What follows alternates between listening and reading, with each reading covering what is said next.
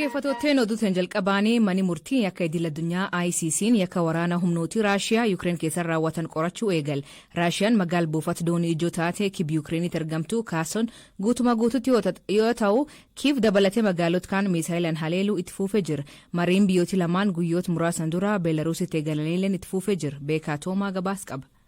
Raashiyaan Yuukireen waraana akka hiikkattu Kiriimiyaa kabara 2014 weerarte qaama Raashiyaa ta'uu beekamtii akka kennituufi naannolee baha Yuukireen walabummaa labsatan lamaan Dooneskiif Lunaskiif beekamtiin akka kennamu gaafatte. Ministeera muummee Firaans Imaanuweel Maakroon waliin bilbilaan kahaasaan pirezidantiin Raashiyaa Vilaadimeer Puutiin Raashiyaan Yuukireen waraana hiikkachiisuu ni milkeessiti jedhan.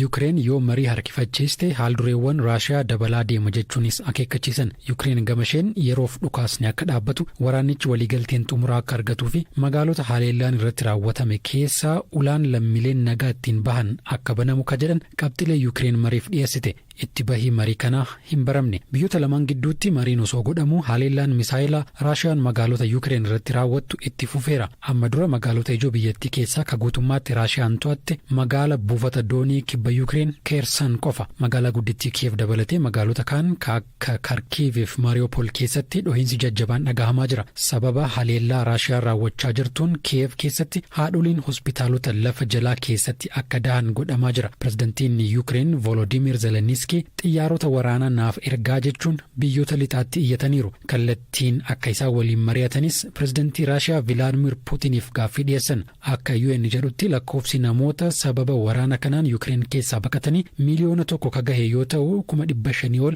gara Poolaand baqatan.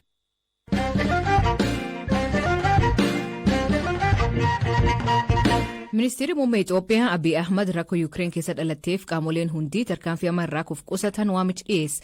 Yaa'ii waliigaliiwwan Raashiyaan Yuukireen keessa tattamaan akka baatu murtii kan dabarsu yoo ta'u yaa'ii kan irratti Itoophiyaan hin argamne. Eertiraan murtii kan mormuun Raashiyaa deeggaruun sagalee kenniti. Hiikan kana maali? Ogeessa seeraa fi xiinxalaa siyaasaa Dr. Awwal Aloo gaafadhu.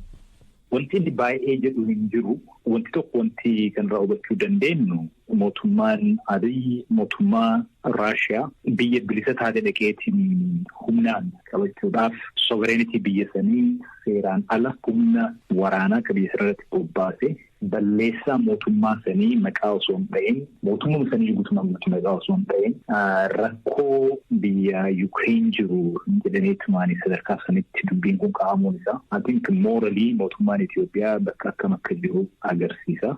Dabalataan immoo mootummaa Itoophiyaa ekspiriyaansii kennaa waggaa dabre keessa dabreerraa wanta barannetu jira jedha.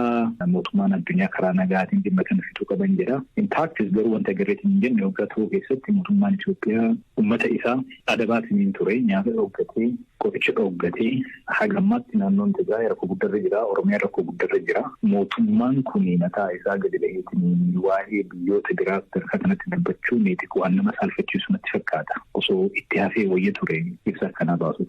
Furmaata waraan kanaa fi Raashiyaa balaaleffachuu irratti biyyoonni Afrikaa irratti walii hin galle.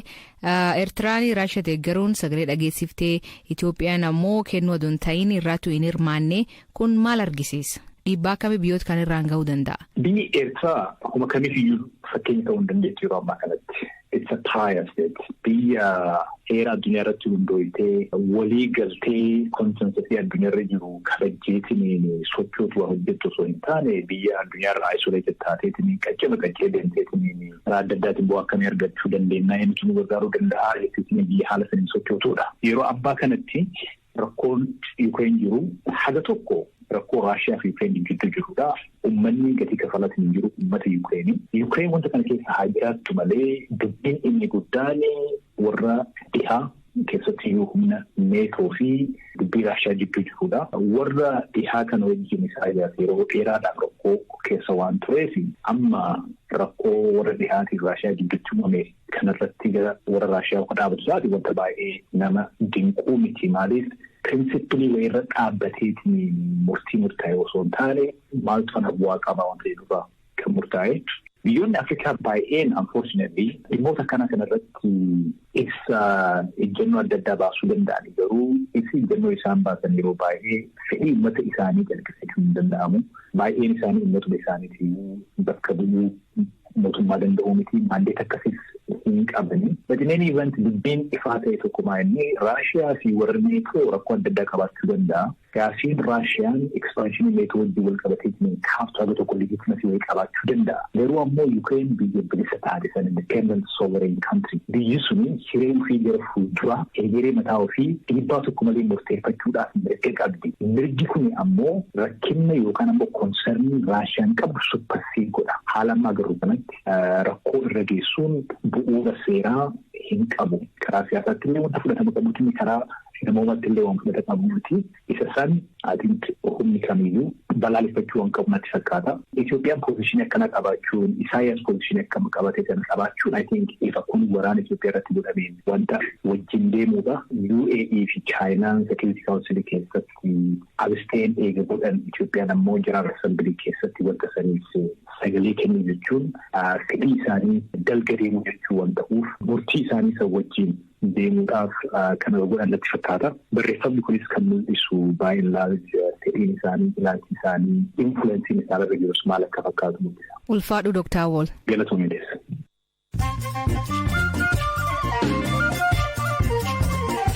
Uffatooteen amoota gaggabaaboo addunyaa isaanii dhiyeessaa jalqabaanii mani maree nageenya UN sarbaan mirgoota namoomaa naannoo Tigraayitti qorachuu fi koomishiinaroota 3 muude. Gareen hooggantummaa murtii akka idil addunyaa akka turte Faatuu Bensuudhaan durfamu kuniin sarbaa mirgoota namoomaa gamcufaan raawwatu qorachuuf deema. Asiin dura Itoophiyaan murtii koomishinii kanaan dabru kamuu akka fudhannee beeksisee ture. Akeeka biyyoota 39 irra dhiyaateen Raashiyaan yakka waraanaatiin himatamuu fi qorannoon geggeeffamuuf hoogganaan murtii idil addunyaa Karim Khan yakkoota kan qorachuuf ammaayyuu qorattoota bobbaasuu hima. Bakkeewwan jireenyaa namoota nagaa ajjeesuu fi gamoowwan waraanaan walitti hidha hin qabne haleeluun yakkoota kan jalgaluu himan. Abbaan qabeenyaa Club Chelsea Roman Abramovich Club gurguruu fi murteessuu beeksise. Abramovich ibsa baaseen murteen kun baay'ee ulfaataa fi kan nama dhukkubsu ta'uu ibsa. Abbaan qabeenyaa lammii Raashiyaa kuniin galii Club Chelsea gurguramu irraa argamu namoota waraana miidhamaniif oolaa jedha. Waraanni Yuukireenii deemaa jiruu fi namoonni Afrikaa fi Eeshiyaa bibiraatti dabarfamuu fi mootummaan Yuukireen bilbilaan gargaarsa gaafatan ibsa. Kun eegi namoonni gurraachi ta'anii daangaa dhorkamuun bal'inaan ibsamaa ture. Barattoonni Afrikaa kan Yuukireen keessa turan bifa isaaniitiif jecha rakkoon hamtuun isaa mudachuu himan. Saawud Arabiyaatti namichi tokko yeroo lammaffaa fi ajjechaan adaabam Abdullaahi Alwaawiitiin bara 2017 umrii waggaa 14 yakka hannaaf ajjechaan himatamee ajjechaan itti murtaa'e.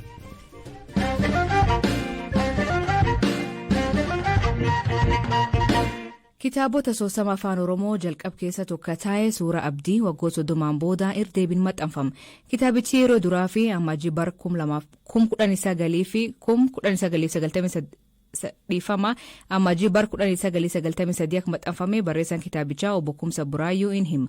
Amma Awustreeliyaa magaala Paat ka jiraatu obbo Kumsaan wayitaa kitaabichi barreessan haal rakkisa keessa ture hima. Beekaatooma dubbisa.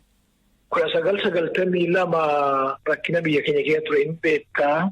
Yeroo jijjiirama hamaa ture ani utuun ari'atamaa jiruun kan ani kitaaba kana barreesse dhokadheen ji'a 8 fi namarraatii dhokachuuti natti ture sirna yeroo sanaa dhokadhee waan akka gophoo wayii keessa jechuudha mana namaatti galee aduus nama sin arguun ture yeroo sanatti barreesse kitaaba kanaaf ana biratti yaadannoo guddaa qabdi suuraa abdii gara baadiyyaatti baanee turre 1992 bilisummaa Oromoo mootummaa Coomsaa keessaa bahee jedhu gariin keenya waraana bilisummaa Oromoo wajjin bosonatti baanee achi haalli hamaan nu mudatee jennaan gara Finfinneetti wal deebi'uu nuti ture. Finfinneetti dhufnee naan immoo haala hamaa kan caalutu nu eeggatee ture. Kanaaf akka ji'a 8 dhokachaa keessa waan hin tureefi mana tokko bakka tokko ulaa tokko keessa taa'een barreessa.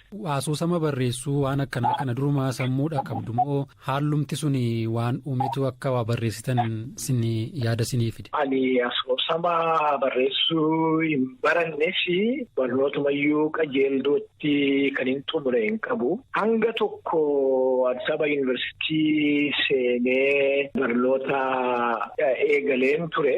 Ani gaafasii political science fi international relation kan jedhaniin baradhe hanguman baradhe sanayyuu. Kanaaf fedhiidhumati jira agartee waan akkasii kun beekasii wajjin dhalate barnoota caalaa fedhiiti jira kitaaba dubbisuun jaalladhaa kanarraatii dhufe jedhee yaada. Mee akkuma waliigalaatti suuraa abdii maalirratti xiyyeeffate Waanuma gabaabaa yoo natti himtan maal hima? Dubbichi namtichi wiirtuu seenaa kanaa nama amansiisaa Gurmuu jedhamudha. Baadiyyaa Oromiyaatii Finfinnee dhufaa. Jiruu kana mo'uu barbaadeetu waan baay'ee keessa darba. Yeroo baay'ee miidhama, yeroo baay'ee tuffatama, yeroo baay'ee dhiibama. Akka namaatti utuu hin ta'in akka horiitti ilaalanii bira darbu. Kun isa bobeessa, kun isa aarsa. Utuu kana baatee adeemuu hiree jireenyaa ta'etu intala tokko wajjin ol bara. Isheen immoo gorsituu sanyii jedhamti. Waliinituu jiraatanii mucaa tokko adaani. Mucaan kun Abdii jedhama. Akkasitti deema seenaan isaa achitti deemaa gabaabaatti yoo ilaalte garuu waan inni agartee wiirtuun seenichaa miidhaa jireenyaati, miidhaa hawaasummaati, miidhaa namummaati, miidhaa eenyummaa keessaati seenessa. Amansiisaan ofiisaa seenessa. Gaaf tokko hin hafu jedheetu haadha manaa isaatii barreessa. Gorii koodha maqaa ishee naa waamu. Abdiif gorii sanaa haasa'a. Abdii waa'ee mucaa isaa sin dubbataa, abdii waa'ee boorii sin dubbataa, abdii waa'ee jireenya walitti deebi'uu isaanii sin dubbata. Kanaaf abdiin anaa fi agarsiiftuu godaannisa koo kaleessaa utuu hin ta'in qaqqabsiiftuu mul'ata koo booriiti jedheetu haadha manaa isaatti barreessa.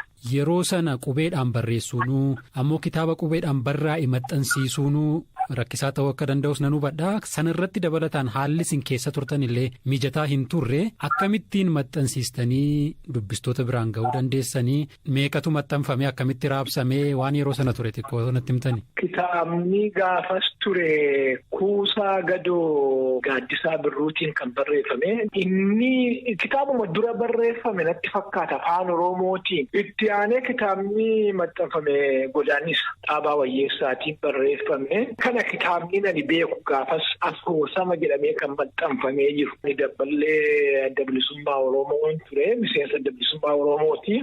Barsiisaa qubee seenaati. Innuu gaatii rakkina guddaa nutti ta'ee waa tokko akka nuti keessatti hojjennee balaa guddaa nutti harkise. Kitaabni kun naanni maxxanfamu namoonni baay'een kitaaba sana ispoonsii gochuu labanaan dargaggeessa horii hin qabu kan ittiin maxxansiisu gaafas nama Taakkalaa Beetuu jedhamu tokkotti ture naggaadeedha.